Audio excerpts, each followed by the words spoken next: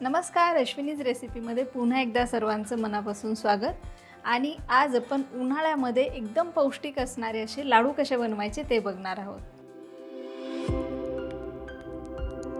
आता सगळ्यात आधी आपल्याला एक जाड कढई गरम करायला ठेवायची आणि त्यामध्ये थोडंसं आपल्याला तूप घ्यायचं आहे. तूपही जास्त लागत नाही या लाडूसाठी आपल्याला. आता यामध्ये आपण थोडे बदामाचे काप आणि काजूचे काप करून घेतलेले ते थोड्या तुपामध्ये फ्राय करून घेऊयात. आता यामध्ये बदाम काजू घालणं पूर्णपणे ऑप्शनल आहे. बदाम काजू न वापरताही तुम्ही हे लाडू बनवू शकता आणि वापरणार असाल तर थोड्याच प्रमाणामध्ये वापरायचे आहेत, कारण बदाम आणि काजू दोन्ही उष्ण असतं, गरम असतं. आता हे काढून घेते मी. आता हे बाजूला ठेवायचे आणि यामध्ये आता आपल्याला खरबुजाच्या बिया घेतलेल्या आहेत. साधारण पाव कपपेक्षा थोड्या जास्त घेतल्यात. त्या या तुपामध्ये आपण फ्राय करून घेऊयात. आता या ज्या बिया असतात त्या थंड असतात, थंड गुणधर्माच्या असतात, त्यामुळे या तुम्ही जास्तही वापरू शकता. गॅसची फ्लेम मी 2 मिनटासाठी बंद केली आहे, कारण कढई भरपूर गरम आहे आणि या बिया फ्राय व्हायला वेळही लागत नाही, अगदी 2 मिनटामध्ये फ्राय होतात. आता हे काढून घेते. आता पुन्हा आपल्याला गॅसची फ्लेम सुरू करायची, फ्लेम कमीच ठेवायची आणि इथे मी 1 कप एवढे मखाने घेतले. ते आपण या तुपावर थोडेसे परतून घेऊयात, भाजून घेऊयात. तूप जास्त अजिबात घालण्याची गरज नाही. गॅसची फ्लेम मी कमीच ठेवलेली आहे. आता मखानेही चांगले भाजून झालेले आहेत. असं त्याचा पटकन चुरा व्हायला हवा एवढे आपल्याला याला भाजून घ्यायचं. आता हे मी काढून घेते आणि यामध्ये आता किसलेलं सुकं खोबरं घेतलं आहे, ते भाजून घेते. खोबरं भाजताना आपल्याला तूप घालायची अजिबात गरज नाही. कमी फ्लेमवरती तसंच ते चांगलं भाजून घ्यायचे. खूप जास्तही लाल करायचं नाही आणि अगदीच पांढरटही नको आहे. आता हे खोबरंही चांगलं भाजून झालेले काढून घेऊयात. आता यानंतर आपल्याला फुटाणे घ्यायचे.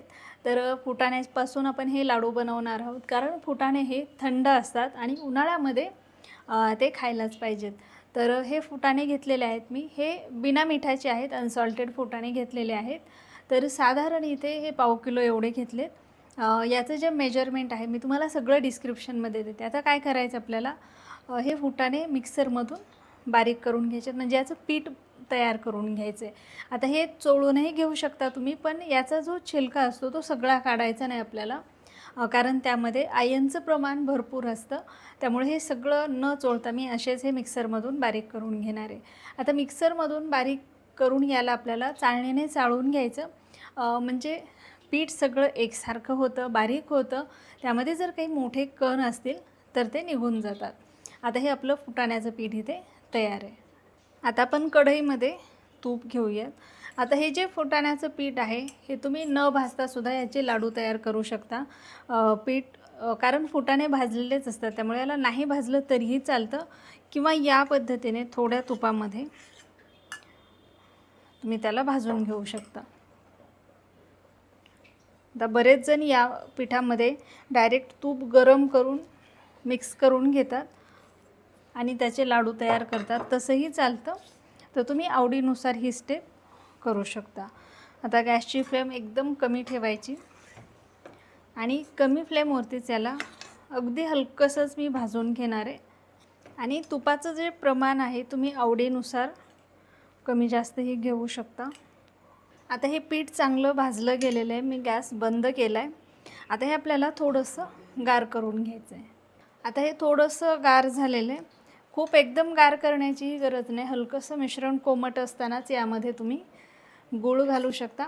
आता इथे मी गूळ वापरते. तुम्ही याऐवजी खडीसाखर, खजूर किंवा रेग्युलर आपली पिठी साखर काहीही वापरू शकता. त्यामध्ये मी बारीक चिरून घेतलेला गूळ घालते आणि मिक्स करून घेते. सोबतच वेलची पावडर घालायची आपल्याला आणि याला व्यवस्थित मिक्स करून घ्यायचं आहे. आता इथे मी गूळ चिरलेला वापरलेला आहे, त्यामुळे याला बाइंडिंग तर येणार नाही. जर तुम्ही किसलेला गूळ वापरला तर याला बाइंडिंग येऊ शकते, किंवा गूळ जर एकदम सॉफ्ट असेल, एकदम मऊ असणारा गूळ वापरला तर. आता याला बाइंडिंग येण्यासाठी आपल्याला एक ट्रिक वापरायची.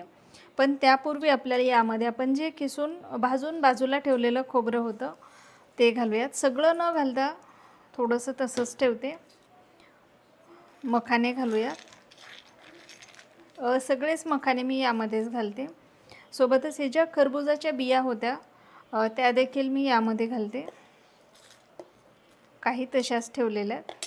बदाम काजू तसेच ठेवणार आहे. आता हे अशा प्रकारे आपल्याला व्यवस्थित एकदा मिक्स करून घ्यायचं आहे. आणि हे मिश्रण आता आपल्याला एकदा मिक्सरमधून फिरवून घ्यायचं. त्यामुळे काय होतं, एकतर हे सगळं व्यवस्थित एकजीव होतं, दुसरं म्हणजे लाडूला बाइंडिंग खूप छान येतं. आता हे मी सगळं मिक्सरला एकदा फिरवून घेते. आता हे मी मिक्सरमधून फिरवून घेतले आणि बघू शकता तुम्ही मिश्रण एकदम छान एकजीव झालेलं आहे. आता जर तुम्हाला वाटत असेल की हे मिश्रण थोडंसं कोरडं आहे किंवा लाडूला बाइंडिंग तेवढं येत नाही, तर यामध्ये तुम्ही थोडंसं तूप ॲड करू शकता. आता आपण जे बाजूला ठेवलेलं खोबरं होतं ते यामध्ये घालूयात आणि त्यासोबतच हा सुकामेवा देखील घालूयात. आता या प्लेटमध्ये भरपूर तूप आहे. अशा पद्धतीने थोडंसं मिश्रण यामध्ये घालून काढून घेते मी सगळं. आता हे एकदा व्यवस्थित मिक्स करून घ्यायचे आणि याचे आपल्याला लाडू वळवून घ्यायचे. बघा अशा पद्धतीने सगळे लाडू आपल्याला तयार करून घ्यायचे. जर वाटत असेल बाइंडिंग येत नाही तर अगोदर सांगितल्याप्रमाणे तुम्ही तूप थोडंसं गरम करून यामध्ये मिक्स करून घेऊ शकता. अशा पद्धतीने सगळे लाडू इथे मी आता तयार करून घेणार आहे.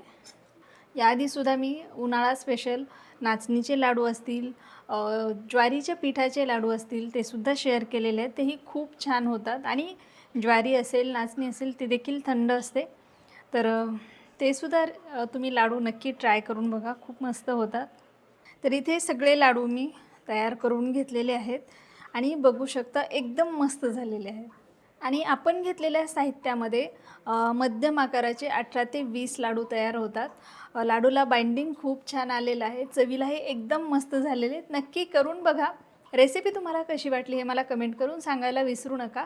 आजचा व्हिडिओ आवडला असेल तर नक्की शेअर करा. चॅनलवरती नवीन असाल तर नक्की सबस्क्राईब करा.